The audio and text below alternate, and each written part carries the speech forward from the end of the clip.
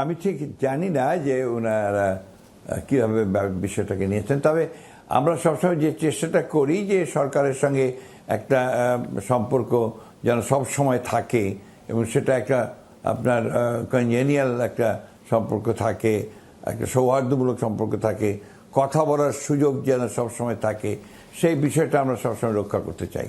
তবে এটা খুব পরিষ্কারভাবে আমি যেটা বলেছি যে আমরা সেই সভাতে আমরা সন্তুষ্ট হতে পারিনি। তার প্রধান কারণ হচ্ছে যে আমরা যে জিনিসটা প্রথম থেকে বলে আসছি যে আমরা নির্বাচনের একটা রোড ম্যাপ চাই। আমরা কিন্তু নির্বাচনের সুস্পষ্ট তারিখ সময়ের কথা বলিনি, বরঞ্চ আমরা অতীতে যেটা বলে এসেছিলাম যে আপনার একটা যৌক্তিক সময় কথা।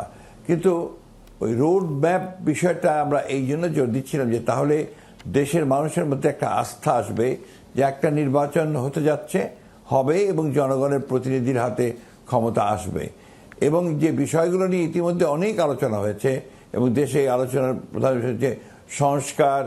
আপনার এই সংস্কারের ব্যাপারে আমরা কিন্তু অনেক আগেও বলেছি, এখনও বলছি যে আমরাই প্রথম সংস্কারের কথা তুলেছি। আমরা 2016 সালে আমাদের নেত্রী দেশনেত্রী বেগম খালেদা জিয়া তিনি ভিশন 2030-তে তিনি একদম পুরো সংস্কারের কথা বলেছেন। একইভাবে আমরা 2021 সালে আমাদের ভারপ্রাপ্ত চেয়ারম্যান তারেক রহমান সাহেব 27 দফা, পরবর্তীকালে আমাদের সঙ্গে যারা যুগপৎ আন্দোলন করছিলেন তাদের সকলের সঙ্গে কথা বলে আলোচনা করে আমরা 31 দফা আমরা 22 সালে আমরা দিয়েছি। সুতরাং সংস্কারের ব্যাপারে কিন্তু যে অপপ্রচারটা করা হয় এটা সম্পূর্ণ একটা অযৌক্তিক। আমরা সংস্কার চাই, অবশ্যই চাই, এবং আমরা মনে করি যে বর্তমান যে আওয়ামী লীগ সরকার অর্থাৎ ফ্যাসিস্ট সরকার যে রাষ্ট্রকে ধ্বংস করে দিয়ে গেছে, প্রতিষ্ঠানকে ধ্বংস করেছে, সেগুলোকে আবার নতুন করে একটা সম্পূর্ণ নতুন চিন্তা ভাবনার মধ্য দিয়ে নিয়ে আসা দরকার পরিবর্তিত পরিস্থিতিতে। জি জি। কিন্তু নির্বাচনটা হচ্ছে একটা অত্যন্ত জরুরি বিষয় এই জন্যে যে আমরা মনে করি যে একটা নির্বাচিত সরকার, নির্বাচিত প্রতিনিধি, পার্লামেন্ট একটা দেশের গণতন্ত্রের জন্য অত্যন্ত জরুরি একটা বিষয়। সংস্কারের ব্যাপারে তো আমরা পরিষ্কার বলেছি যে সংস্কার যেগুলো আমরা সবাই একমত হব, সেই একমত হওয়া সংস্কারগুলো হবে, অন্যগুলোর একটা চার্টার, সেগুলোর একটা চার্টার তৈরি হবে এবং অন্যগুলোরও কমিটমেন্ট তৈরি হবে যে সেগুলো আপনার নির্বাচিত সরকার তারা সেটা বাস্তবায়িত করবেন। তো এই ক্ষেত্রে কোনো ভুল বোঝাবুঝির অবকাশ নেই। সমস্যাটা হচ্ছে আমরা বারবার করে বলছি যে আমরা একটা রোড ম্যাপ চাচ্ছি, অর্থাৎ কখন নির্বাচনটা হবে, কবে হবে, কোথা থেকে হবে, কবে আমরা শিডিউল ঘোষণা করা হবে, সেই বিষয়গুলো সুনিশ্চিতভাবে আমরা তাদের কাছে চেয়েছি। আমরা একটা চিঠি লিখিতভাবে দিয়েছি, সুতরাং সেখানে বিভ্রান্তির কোনো সুযোগ আছে বলে আমার কাছে মনে হয় না। তো সেই বিষয়গুলো আমরা তুলে ধরেছি, যে কারণে আমরা যখন প্রধান উপদেষ্টার কাছ থেকে সেই সময় সুনির্দিষ্ট রোড ম্যাপের কোনো আপনার আমরা কথা পাইনি এবং আমাদের প্রত্যাশা পূরণ হয়নি, সে কারণেই আমি খুব স্পষ্ট করে বলেছি যে আমি সন্তুষ্ট নই। জি, তার মানে প্রধান উপদেষ্টার সাথে বৈঠকে আপনারা জাতীয় নির্বাচনের সময় তারিখ বা সুনির্দিষ্ট একটা রোড ম্যাপের আশা করেছিলেন, সেটা না পেয়ে অসন্তুষ্ট হয়েছেন। কিন্তু প্রধান উপদেষ্টা নির্বাচনের সময়সীমা নিয়ে প্রথম থেকে কিন্তু একই কথা বলে আসছেন। তিনি বলছেন যে ডিসেম্বর থেকে জুনের মধ্যে নির্বাচনের কথা। তিনি দেশে বলেছেন, বিদেশে বলেছেন, নানান গণমাধ্যমে বলেছেন। কিন্তু আপনারা বা বিএনপি 7ই আগস্ট সমাবেশ করে দাবি তুলেছিলেন যে 3 মাসের মধ্যে নির্বাচন দিতে হবে, তারপর 6 মাসের কথা আমরা শুনতে পেয়েছি, এরপর বলেছেন যৌক্তিক সময়ের মধ্যে নির্বাচন। এখন আপনারা বলছেন যে ডিসেম্বরের মধ্যে নির্বাচন দিতে হবে, নইলে অস্থিরতা সৃষ্টি হতে পারে। মানে নির্বাচনের সময়সীমা নিয়ে প্রধান উপদেষ্টাকে বরাবরই আমরা একই টাইম ফ্রেমের কথা বলতে শুনছি, কিন্তু বিএনপিকে বিভিন্ন রকম টাইম ফ্রেমের কথা বলতে শুনছি। তাহলে প্রধান উপদেষ্টা তার কমিটমেন্টে টাইম ফ্রেমটাকে আপনারা একই রকম মনে করি না, এই জন্য যে আপনার ডিসেম্বর থেকে জুন 6 মাস সময়, সুতরাং এটা কোনো সুনির্দিষ্ট সময় হলো না। আমরা যেটা চাচ্ছি সেটা হচ্ছে একটা সুনির্দিষ্ট সময়। এটাও যদি ডিসেম্বর থেকে জুন উনি বলেন, let him speak out exact thing, যে ওই 6 মাসটাই বলুক না কেন, উনি সেটাও উনি বলছেন না, বলেননি, যার ফলে আমাদের মধ্যে সেই হতাশার সৃষ্টি হয়েছে, আমাদের প্রত্যাশা পূরণ হয়নি। আর আপনারা যে কথা বলছেন যে আমরা বারবার নির্বাচনের কথা বলছি, নির্বাচনের কথা তো আমরা বলবো, কারণ আমরা যে দল, আমরা একটা লিবারেল ডেমোক্রেটিক পার্টি, আমরা নির্বাচনের মধ্য দিয়ে রাজনৈতিক ক্ষমতায় যাওয়ার দল, ওটাই আমরা বিশ্বাস করি। That is our political conviction.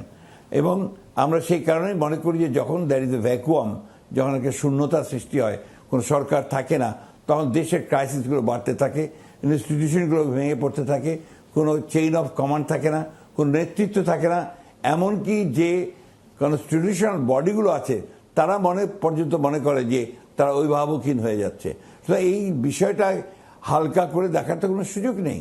সেই কারণেই একটা দায়িত্বশীল রাজনৈতিক দল হিসেবে, যেহেতু আমরা অতীতেও আমরা রাজনৈতিক দল হিসেবে আমরা রাষ্ট্র পরিচালনার দায়িত্ব ছিলাম, আমরা যেহেতু অনেক সংস্কারের সঙ্গে জড়িত ছিলাম, আমরা যেহেতু অনেক ঘাত প্রতিঘাত অতিক্রম করে দীর্ঘ 15 বছর সংগ্রাম লড়াই করে অনেক ত্যাগ তিতিক্ষার বিনিময়ে এই পর্যায়ে এসেছি, তো সেই দায়িত্বশীল ভূমিকা থেকে আমরা এই কথাগুলো বলছি। এটাকে ভুল বোঝার কোনো কারণ নেই, বা এটাকে আমাদের শুধুমাত্র ক্ষমতায় যাওয়ার যে ইচ্ছা এটি কথাটা ভাবার কোনো কারণ নেই। ক্ষমতায় তো নির্বাচন হলে অন্য দলও যেতে পারে, এটা তো একটা এই কথা না যে বিএনপি ক্ষমতায় যাবে। ডিসেম্বরে যদি নির্বাচন না হয় তাহলে আসলে দেশের যে অবস্থা হবে সেই অবস্থায় বিএনপি আসলে কি করবে? না, আমরা তো সেদিনই উত্তরটা দিয়েছি যে আমরা আমাদের যে দলগুলো আছে, আমাদের যাদের সঙ্গে আমরা আন্দোলন করেছি তাদের সঙ্গে আমরা আলোচনা ইতিমধ্যে শুরু করেছি। আমরা আমাদের দলের বিভিন্ন পর্যায়ের নেতাকর্মীদের মতামত নিচ্ছি, সেই মতামতের ভিত্তিতে জনগণের সঙ্গে তাদের মতামতের ভিত্তিতে যেটা করণীয় দরকার সেটা আমরা করব। বর্তমান সরকারকে অনির্বাচিত বলেন আপনাদের দলের কেউ কেউ, এবং সরকারের সংস্কারের এখতিয়ার নিয়েও প্রশ্ন তোলেন। সরাসরি আপনাদের দলের নাম উল্লেখ না করলে এর জবাব দিয়েছেন মৎস্য প্রাণী সম্পদ উপদেষ্টা ফরিদা আক্তার। তিনি বলেছেন, আমরা যে অনির্বাচিত এ কথা বলল কে? যারা নতুন বাংলাদেশের জন্য পরিবর্তন এনে দিয়েছে তারাই রাষ্ট্র সরকার গঠন করেছে, কাজেই সরকারের দায়িত্ব হলো তাদের চাহিদা মেটানো। মানে অভ্যুত্থানের নেতৃত্ব দেয়া ছাত্ররা, এমনকি আপনারাও আসলে এই সরকারকে সমর্থন করেন। এখন এই সরকারকে অনির্বাচিত বলা এবং তাদের তরফ থেকে যে ব্যাখ্যা এসেছে সেটা নিয়ে আপনার মন্তব্য জানতে চাই।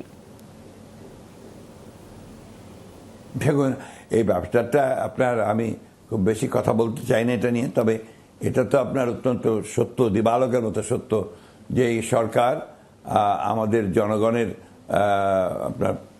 প্রস্তাবনার মধ্য দিয়ে, মনোনয়নের মধ্য দিয়ে তারা এসেছেন।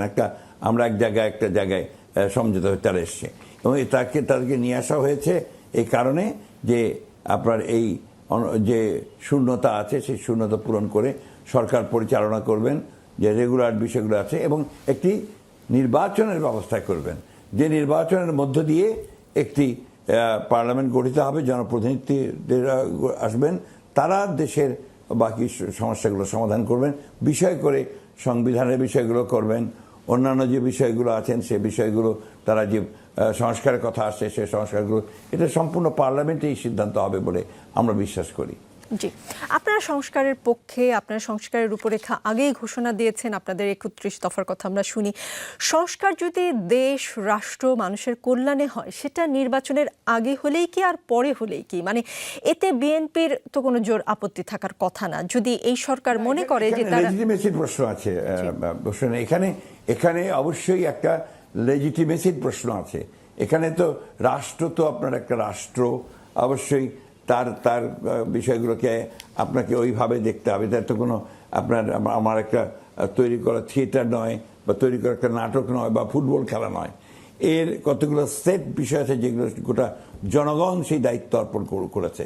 তো সেখানে খুব পরিষ্কার করে ব্যাপারটা বলা, আমরা মনে করি যে সংস্কার অবশ্যই আমরা চাই, তবে সেই সংস্কার অবশ্যই পার্লামেন্ট অর্থাৎ জনপ্রতিনিধিদের দ্বারা সেটা অ্যাপ্রুভ হতে হবে।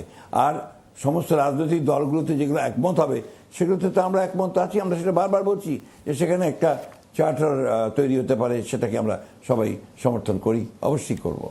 জাতীয় ঐকমত্য কমিশনের সহসভাপতি ডক্টর আলী রিয়াজ বলেছেন, আলোচনার মধ্য দিয়ে আমাদের লক্ষ্য হলো একটি জাতীয় সনদ তৈরি করা, যাতে করে আমরা বাংলাদেশে একটি স্থায়ী গণতান্ত্রিক ব্যবস্থা প্রতিষ্ঠা করতে পারি। আমরা দেখেছি গণতন্ত্র বারবার হোঁচট খেয়েছে, শুধু তাই নয়, একটি ব্যক্তিতান্ত্রিক স্বৈরতন্ত্র প্রতিষ্ঠিত হয়েছিল এই দেশে। আপনার কি মনে হয় যে জাতীয় সনদ তৈরি হলেই তা বাস্তবায়ন হবে, মানে ব্যক্তিতান্ত্রিক স্বৈরতন্ত্র পুনঃপ্রতিষ্ঠার পথ বন্ধ হবে? এই বিষয়টা ডক্টর আলী রিয়াজ তো আপনার রাষ্ট্রবিজ্ঞানের শিক্ষক, এবং তিনি অত্যন্ত বিজ্ঞ মানুষ, একজন পণ্ডিত মানুষ। তিনি বলেছেন নিশ্চয়ই সেটা আপনার আমাদেরকে সেটা প্রণিধানযোগ্য।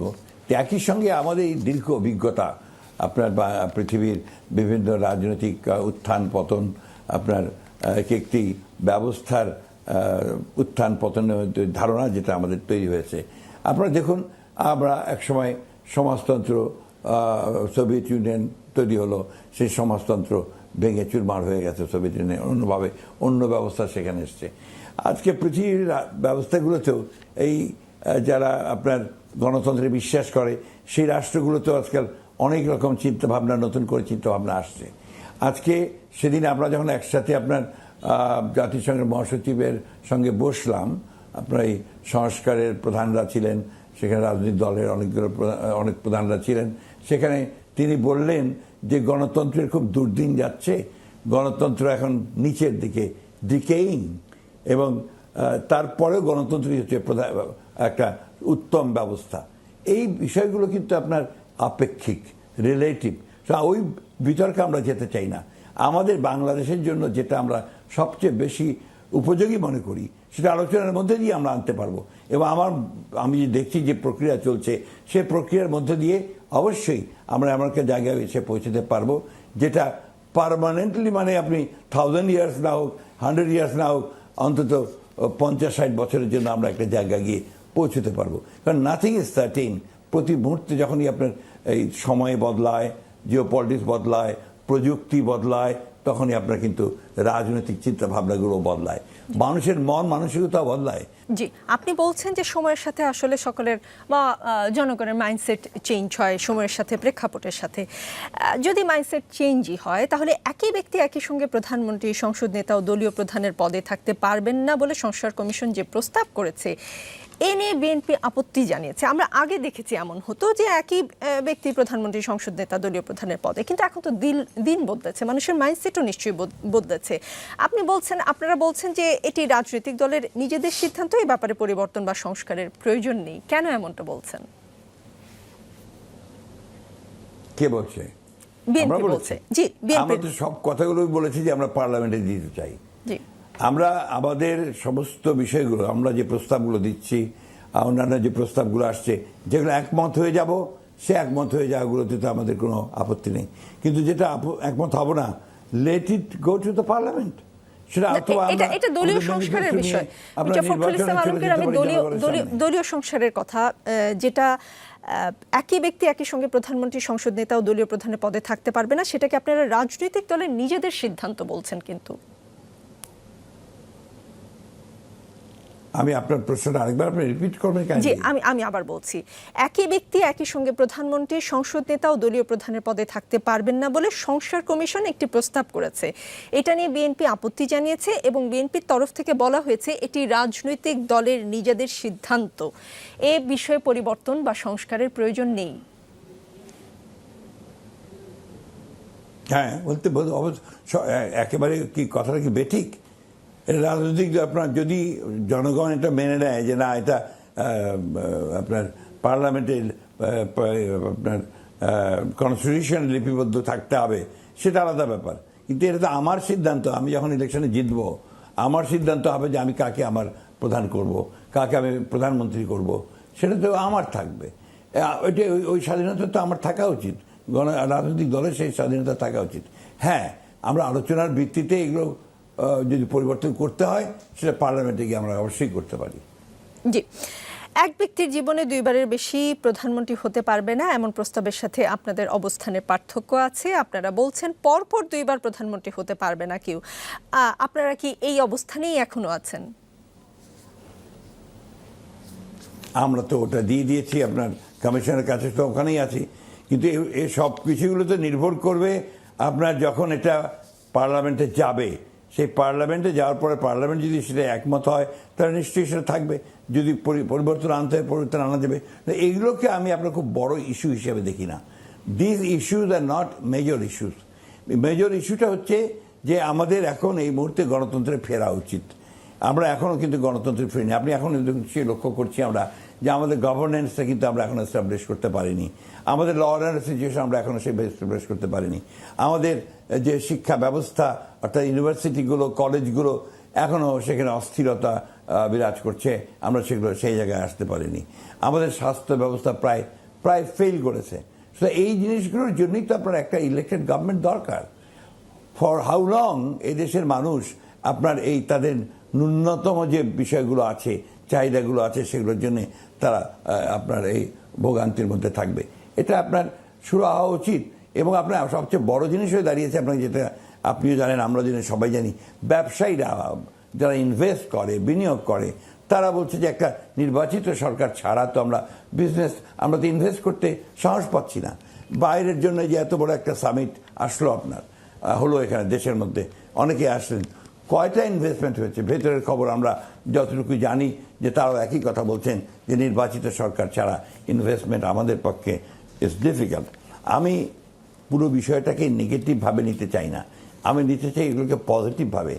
আমাদের মধ্যে আপনার মতভেদ থাকবে, এবং গণতন্ত্রের সৌন্দর্যই হচ্ছে কিন্তু আপনার বহুমত।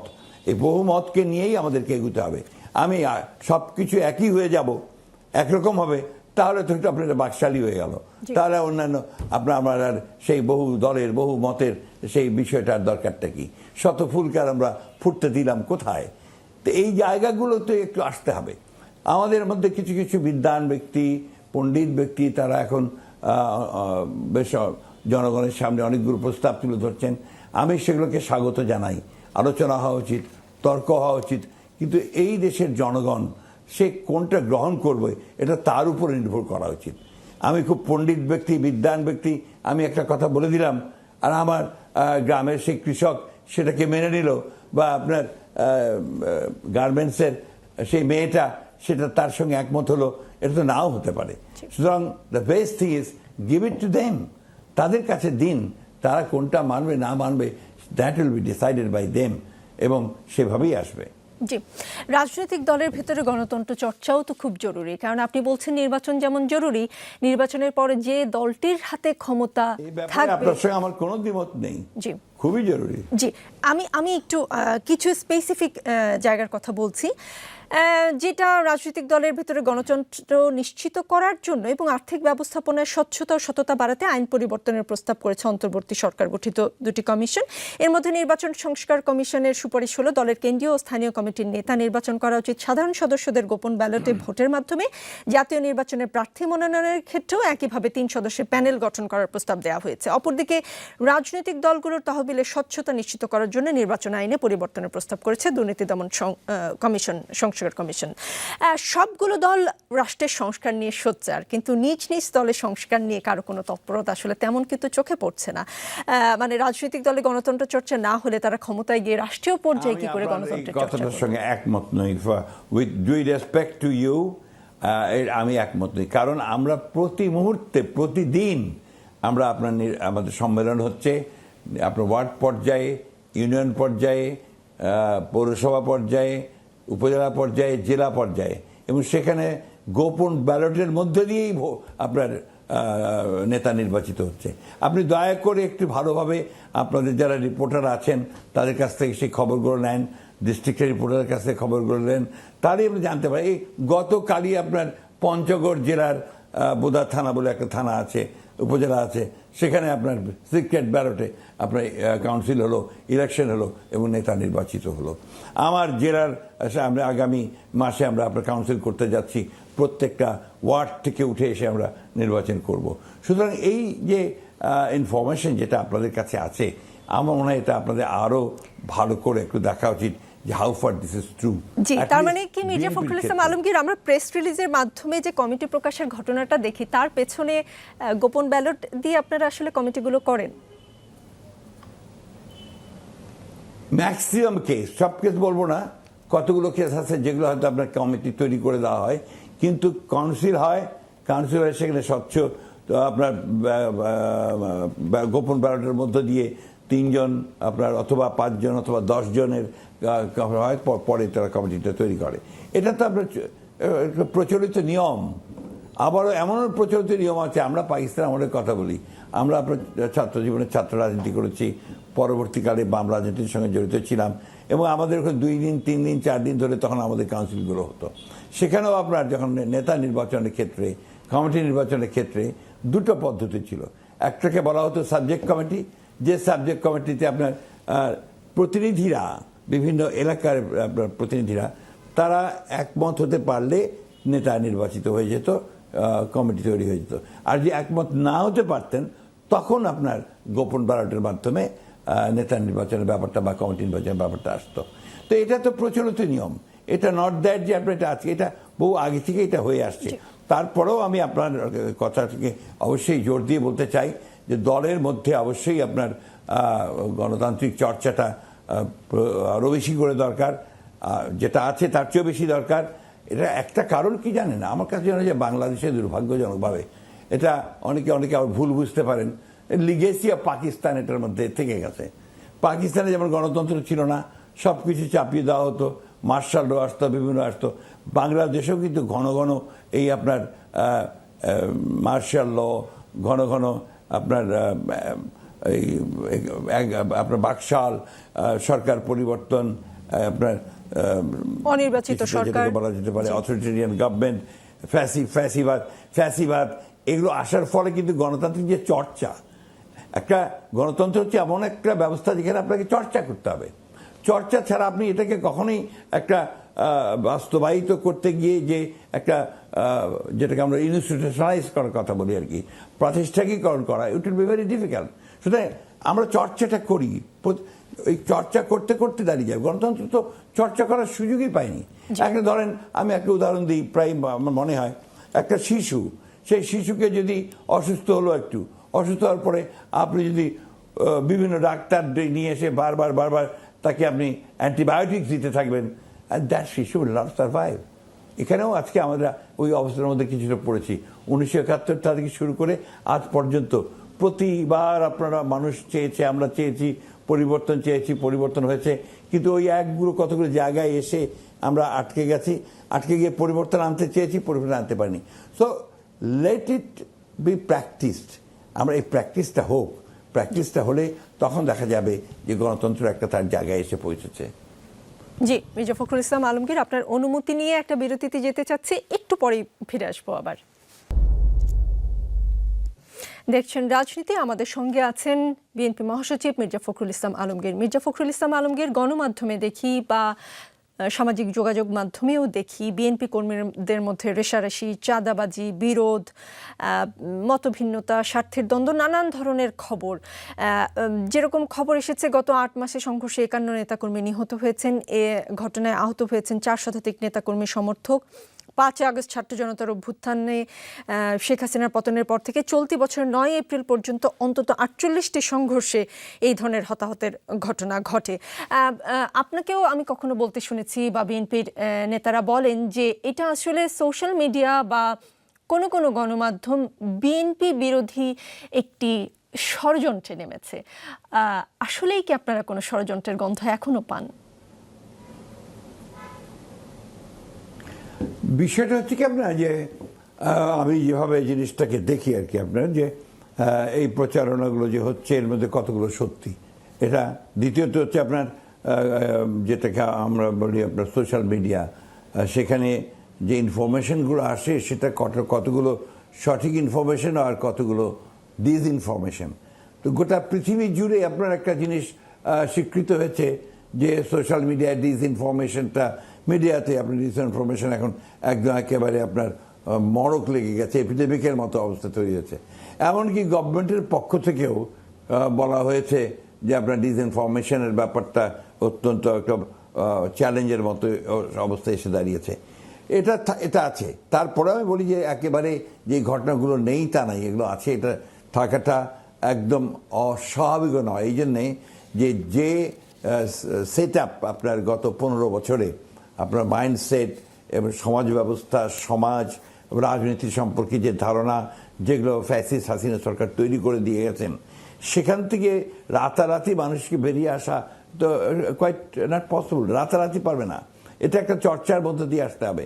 আপনি নিশ্চয়ই লক্ষ্য করেছেন, আমরা যখনই এই খবরগুলো কোথাও পেয়েছি, নিশ্চিত হয়েছি, সাথে সাথে আমাদের অ্যাক্টিং চেয়ারম্যান তারেক রহমান সাহেব তাদেরকে বহিষ্কার করেছেন, তাদের বিরুদ্ধে আপনার সাংগঠনিক ব্যবস্থা নেওয়া হয়েছে। এমনকি কিছু কিছু ক্ষেত্রে আপনার পত্রিকায় নিউজ বেরিয়েছে, আপনার সত্য মিথ্যা যাচাই না করেও আপনার তাদেরকে বহিষ্কার করা হয়েছে, পরে তদন্ত করা হচ্ছে। এই যে আমরা আমাদের আপনি এইটাতে নিয়তটা দেখবেন, আমাদের উদ্দেশ্যটা দেখবেন যে আমরা দলটাকে কিভাবে নিয়ে যেতে চেয়েছি। এই প্রচণ্ড রকমের একটা আভিবল সেই 2008 সাল, 9 সাল, 12 সাল থেকে আমাদের অসংখ্য নেতাকর্মী, 60 লক্ষ নেতাকর্মীর বিরুদ্ধে মিথ্যা মামলা দেওয়া হয়েছে। আমাদের হাজার হাজার নেতাকর্মীকে হত্যা করা হয়েছে। আমাদের প্রায় 1700 মানুষ গুম হয়ে গেছে আপনার এনফোর্স ডিসঅ্যাপিয়ারেন্সে। এবং আমাদের টপ মোস্ট লিডার দেশনেত্রী বেগম খালেদা জিয়া থেকে শুরু করে আপনার একদম ইউনিয়ন পর্যায়ের নেত্রী পর্যন্ত তারা কারাগার বরণ করেছেন। দেশনেত্রী বেগম খালেদা জিয়াকে 6 বছর প্রথমে কারাগারে বন্দী, তারপরে হাসপাতালে বন্দী, তারপর গৃহবন্দী করে রাখা হয়েছে। ভারপ্রাপ্ত চেয়ারম্যান নির্বাসিত অবস্থায় আছেন। আমাদের বিরুদ্ধে অসংখ্য মামলা, 100-র নিচে কারো বিরুদ্ধে মামলা নেই।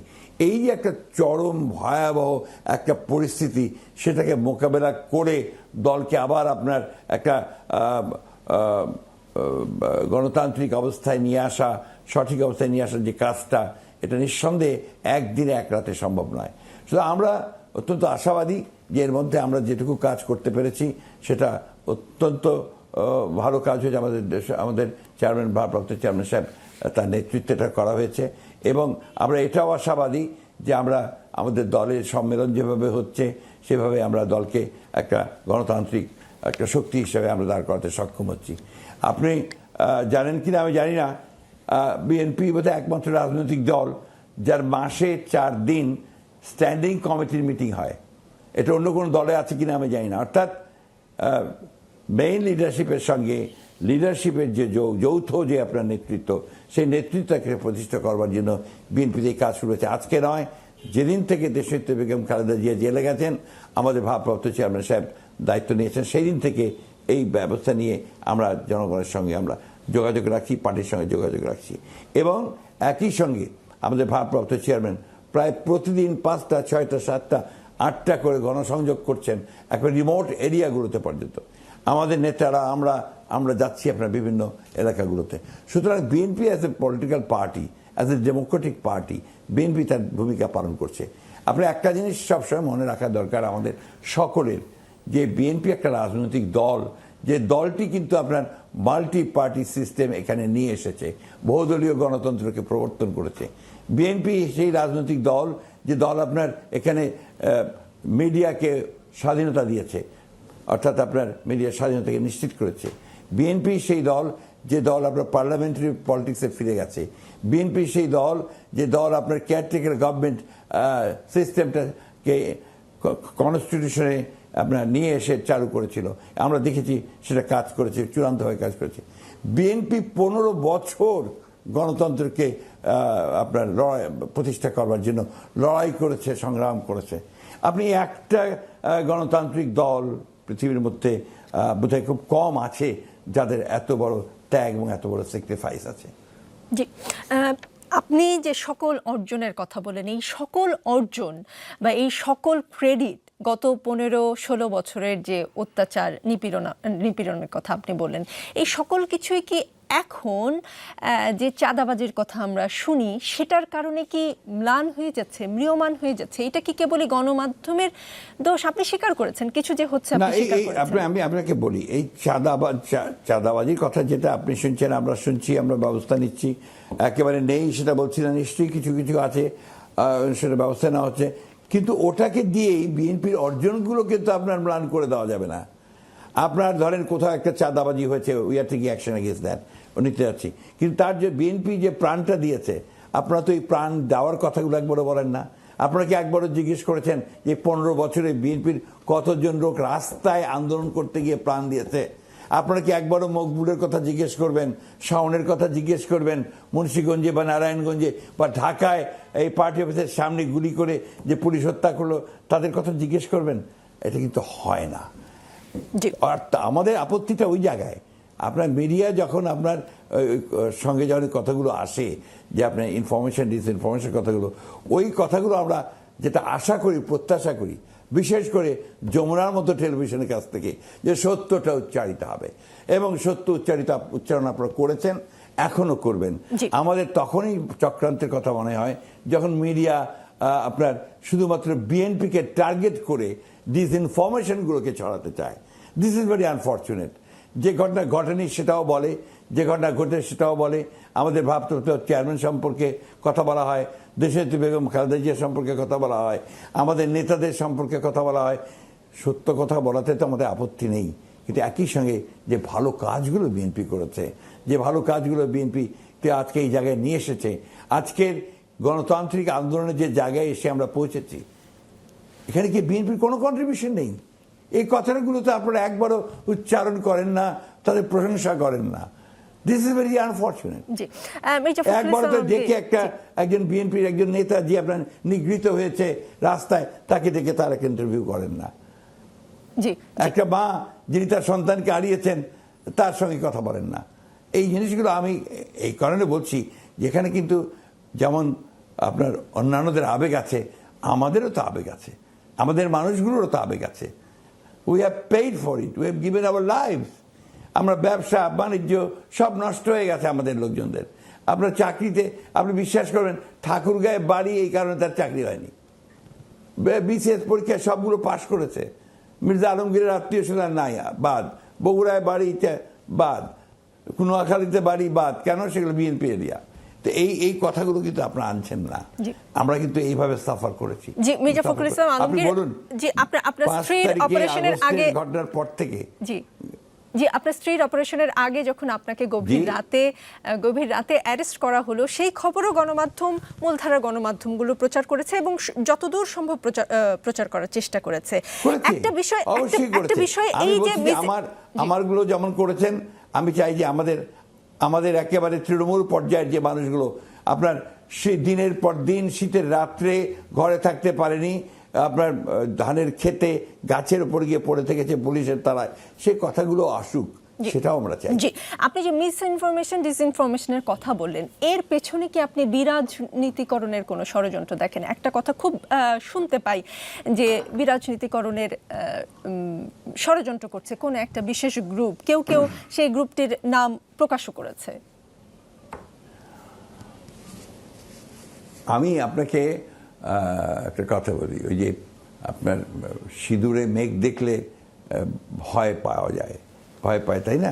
আগুনের কথা মনে হয় যে আপনার যখন এই সন্ধ্যা হয়, আপনার গোটা আকাশ যখন আরো আগুনের মতো হয়ে যায়, তখন কিন্তু অনেকে ভয় পায়। কারণটা হচ্ছে যে ওই আগুন অনেকে দেখেছেন অতীতে। আমাদের এখানে বাংলাদেশেও মানুষ কিন্তু আপনার বীজ রাজনীতিকরণের প্রক্রিয়া দেখেছে দীর্ঘকাল, এবং 1/11 থেকে নয়, শুধু তারও আগে থেকে আপনার বিরাজনীতিকরণের প্রক্রিয়া শুরু হয়েছে। তো সেই প্রক্রিয়াটার সঙ্গে যেহেতু এই দেশের মানুষ জড়িত, রাজনীতিবিদদের অভিজ্ঞতার মধ্যে এটা আছে, তো এটা আশঙ্কা আসাটা খুব অমূলক নয়। তো এই বিষয়গুলোকে আমাদের চোখ কান খোলা রাখতে হবে। আমি রাজনীতিবিদদের প্রতি এর আগেও আহ্বান জানিয়েছি, আবার আহ্বান জানাতে চাই যে আমরা এমন কিছু করব না যদি আমরা আবার গণতন্ত্র ব্যাহত হয়, এমন কোনো ক্ষতি যেন আমরা না করি। আমরা এমন কিছু করব না যাতে করে আবারও ফ্যাসিস্টরা ফিরে আসার কোনো সুযোগ পায়। আমরা এমন কিছু করব না যাতে করে আপনার আমাদের যে স্বপ্ন, আমাদেরকে তরুণ সন্তানরা তারা তাদের রক্ত দিয়ে দিয়েছে, সেটা আপনার কোনো রকমে বিপন্ন হয়, সে কাজগুলো আমরা যেন না করি। Let us unite together. আসুন আমরা একসাথে সবাই মিলে, এই আহ্বান আমার সকলের কাছে, যে আমরা সবাই যে জায়গাগুলো সমস্যা আছে আলোচনা করে শেষ করি, এবং এটা নিয়ে এমন জায়গায় না পৌঁছাই যে যেখান থেকে পয়েন্ট অফ নো রিটার্ন হয়। আমরা সেই জায়গাগুলোতে পৌঁছতে চাই না। আমরা একটা আলাপ আলোচনার মাধ্যমে বাংলাদেশ যেটা নিতে পারবে, যতটুকু নেওয়া সম্ভব। আমি এর আগেই বললাম আপনাকে যে আপনি একটা শিশুকে যদি একসাথে অনেকগুলো অ্যান্টিবায়োটিক দিতে থাকেন, তাহলে তার কী অবস্থা দাঁড়াবে।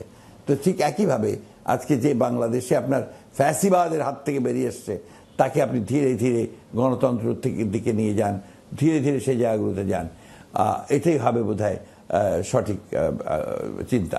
জি, লন্ডনে চিকিৎসাধীন বিএনপি চেয়ারপারসন খালেদা জিয়ার সঙ্গে সম্প্রতি সাক্ষাৎ করেছেন জামাত ইসলামীর আমির ডাক্তার শফিকুর রহমান, এবং তারপর থেকে নানান আলোচনাটা আরও বাড়ে যখন তিনি দেশে ফিরে প্রথমে রোজার আগেই নির্বাচন চান, সেরকম একটি কথা বললেন, যদিও পরের দিন তিনি 3টি শর্ত সাপেক্ষে নির্বাচনের সময়সীমা বেঁধে দেওয়ার কথা বলেন।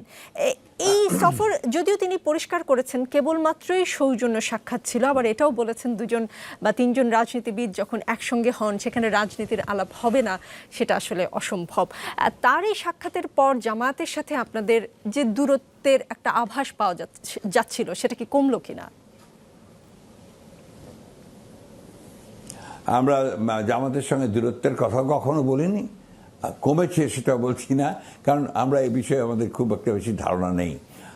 জামাতের সম্মানিত আমির সাহেব তিনি লন্ডনে গিয়েছিলেন, সৌজন্য সাক্ষাৎ করেছেন আমাদের নেত্রী দেশনেত্রী এবং খালেদা জিয়ার সঙ্গে, এটুকু আমরাও আপনারা যেমন শুনেছেন আমরাও শুনেছি। আমরা আমাদের নেতাকে জিজ্ঞেস করেছি, তিনি বলেছেন যে হ্যাঁ একটা সাক্ষাৎ হয়েছে, it was totally a courtesy call, that's all.